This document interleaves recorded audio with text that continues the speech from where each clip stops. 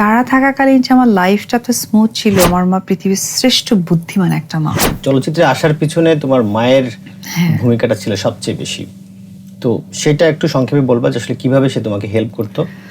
আমার মা আর আমার কাকা এই দুজনে চেয়েছেন যে আমি চলচ্চিত্রে আসি। চলচ্চিত্র আসলে না, আমার মা যেহেতু একজন নৃত্যশিল্পী ছিলেন, কিন্তু অনেক ছোট বয়সে বিয়ে হওয়ার কারণে এটা উনি ফুলফিল করতে পারেনি। তা আমি ছাড়া আমার বাকি 3 ভাই বোন আছে, তাদের মাঝেও মা অ্যাপ্লাই করেছে, যেমন গান শিখিয়েছে আমার মেজো বোনকে, কিন্তু সাকসেস হতে পারেনি। এই গানের যখনই কম্পিটিশন হতো লজ্জায় সে রুম থেকে বেরোতো না। বাট তুমি এখন অনেক স্মার্টলি প্রেজেন্টেশন করে দাও।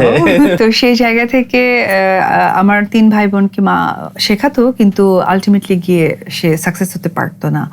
আর আমার ক্ষেত্রে যেটা হয়েছে যে আমাকে উনি নাচ শিখিয়েছেন, কিন্তু আমি তার আগে আগে নাচ করতাম। মানে বাসায় কোনো প্রোগ্রাম হয়েছে, আমি তার মা বলার আগে আমি হয়তো রেডি হয়ে বসে আছি, এখন নাচ দেখাবো। তো ওইখান থেকে মার মনে হয়েছে যে ও তো নাচে অনেক পারদর্শী, নাচ ভালো করতে পারবো, ওই লজ্জা বোধটা নাই, সংকোচটা নাই, বা প্রতিভা আছে।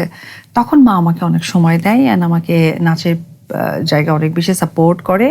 আর বাবা এসব বিষয়ে কখনোই একমত ছিল না, তবে মাকে আবার 100% সাপোর্ট করতো আমার কাকা। কারণ কি, একটা নাচ শিখলে বা কোনো জায়গায় আসতে গেলে তো আমাদের একটা ফাইন্যান্সিয়ালি সাপোর্ট লাগে, কারণ একটা ড্রেসের ব্যাপার থাকে, অর্নামেন্টস কেনার ব্যাপার থাকে, আবার মাসে মাসে তো একটা আমাদের খরচও আছে, সেগুলো কাকা সাপোর্ট করতেন।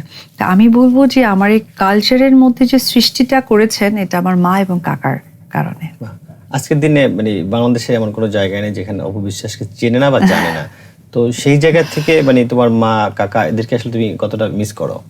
কি বলো, প্রতিটা মুহূর্তে মিস করি। প্রতিটা, আমাকে যদি বাংলাদেশে কেউ নাও চিনতো, তারপর আমি তাদেরকে মিস করি। কারণ নায়াসিনামাইড ও স্যালিসাইলিক সমৃদ্ধ লিলি ফেস ওয়াশ যা ফেসের ডেড স্কিন সেল দূর করে দেয় দ্বিগুণ ফাস্টার ব্রাইটেনিং। তারা থাকাকালীন যে আমার লাইফটা তো স্মুথ ছিল, ডিসিশন, ইমোশন, সবকিছু জায়গাটা না মানে আসলে অন্যরকম। এটা আসলে ব্যাখ্যা দেওয়ার মতো কোনো ভাষা নেই। তবে এইটুকু বলি যে অবশ্যই তাদের আশীর্বাদ দোয়া আমার উপরে আছে বিধায় বাংলাদেশের আনাচে কানাচে মানুষরা আমাকে এত ভালোবাসে, এত দোয়া করে। এবং আমি মনে করি যে আমার মা এবং বাবা এবং কাকা দুজনের উপর থেকে হয়তো এটা দেখছেন আর খুশিও হচ্ছেন। তুমি সবসময় আমাকে বলতা যে তোমার যে কোনো সংকটময় মুহূর্ত অথবা একটা ডিসিশন নিতে তুমি পারছো না, মানে কার কাছে যাওয়া, সেই সময়টাই আন্টি তোমাকে মানে একটা সিদ্ধান্ত দিতেন। তো সেইটার কোনো গল্প শুনতে চাচ্ছি যে এরকম একটা মুহূর্তে তুমি তার কাছ থেকে এরকম একটা সিদ্ধান্ত নিয়েছো এবং সেটা ভালোই হয়েছে, এরকম কোনো গল্প আছে কিনা? গল্প তো প্রচুরই আছে, কিন্তু যে গল্পটা বললেই দর্শক খুব কাছাকাছি রিলেট করতে পারবে সেটা হচ্ছে যে আমার ব্যক্তি জীবনে যখন একটা বড় সমস্যা সৃষ্টি হয়ে গেল, খুব স্বাভাবিকভাবেই সোশ্যাল মিডিয়ায় এখন অনেক কিছুই চলে আসে, তোমরা দেখবে যে অনেক নেগেটিভ ভাইবসগুলো চলে আসে ব্যক্তি জীবনে সংকটাপন্ন সময়গুলোতে। সেই সময় আমার মা আমাকে এত ভালো নিখুঁতভাবে বুঝিয়েছে, আমি 1 উইক মনে হয়েছে যে আমাকে আরও একটু স্ট্রং হওয়া দরকার। সেই সময়টা মা আমাকে খুব পরিপক্ক করে তুলেছে, বাস্তববাদী করে তুলেছে আমার মা। এবং আমি বলবো যে পৃথিবীর সমস্ত মাই অনেক বুদ্ধিমান এবং মেধাবী, আমার দৃষ্টিতে আমার মনে হয় যে আমার মা সবচেয়ে বেস্ট। এই কারণ আজকে পর্যন্ত আমার বাবা আমার কাছ থেকে চলে যাওয়া প্রায় 8 বছর হয়ে যাচ্ছে, আর 8 বছর না, প্রায় 12 বছর হয়ে যাচ্ছে, সরি 12 বছর। মা আমার কাছ থেকে চলে যাওয়া হয়ে যাচ্ছে প্রায় 6 বছর।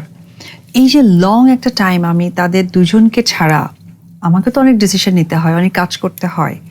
সো আমার ওই 7টা দিন আমার মা আমাকে যে পরিপক্ক করে তুলেছে, আমি মনে করবো যে আমার মা পৃথিবীর শ্রেষ্ঠ বুদ্ধিমান একটা মা। কারণ সোশ্যাল মিডিয়ায় যখন কোনো মেয়েদের আমি নেগেটিভিটি কিছু দেখি, আমার মনে হয় মাদেরকে তখন খুব সাপোর্ট এবং কাছে নেওয়া দরকার আমার মার মতো।